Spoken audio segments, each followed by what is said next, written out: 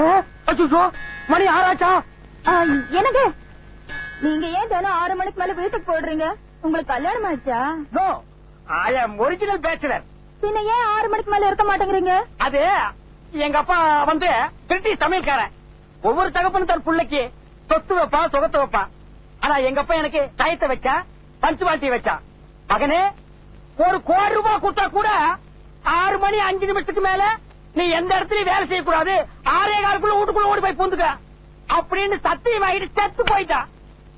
I will go home, meet it tomorrow. பாலக்கண் நோய் வந்துருச்சு. எத்தனை நாளைக்கு தான் நான் ஊரை சமாளிப்பேன்?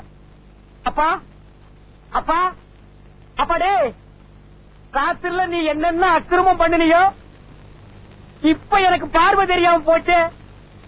அப்ப செய்த பாவம் பிள்ளைக்குன்னு சொல்லுவாங்க, நீ செய்த பாவம் என்ன வந்து சுத்திருச்சு. எங்கேயோ கொளுத்து வேலை செஞ்சிட்டு இருந்த கம்பு நாட்டி பயன் நீ உன்னை போய் பிரிட்டிஷ் சமையல்காரன்னு சொல்ல வச்சுட்டியாடா. 1 கோடி ரூபாய் கொடுத்தா கூட 6 மணிக்கு மேல நான் வேலை செய்ய மாட்டேனா?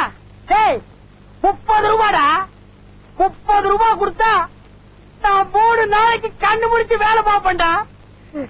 இதை மாதிரி ஒரு பொண்ணு என்ன சும்மா சும்மா பார்த்தா அவளை திரும்பி பார்க்க முடியாம அம்போன்னு 2 தடி தாண்டவராயனு கிட்ட விட்டுட்டு வந்துட்டேன்.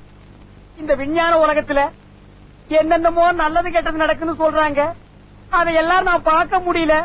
ராத்திரில ஒரு டிவி பார்க்க முடியல, சீரியல் செட்டு பார்க்க முடியல, ஒரு திருவிழாவுக்கு போக முடியல, அங்க விடுற வாட வேடிக்கையை நான் பார்க்க முடியல. டொம்மு டொம்முன்னு சத்தம் தான் கேக்குது. அது என்னென்ன கலந்து போகுதுன்னு நான் பார்த்ததே இல்ல. அப்பா, என்ன புலம்பு விட்டுட்டியேடா. உன்னால ஒன்னே ஒண்ணு மிச்சம்டா, கரண்ட் பில்லு நான் கட்டினதே இல்லடா.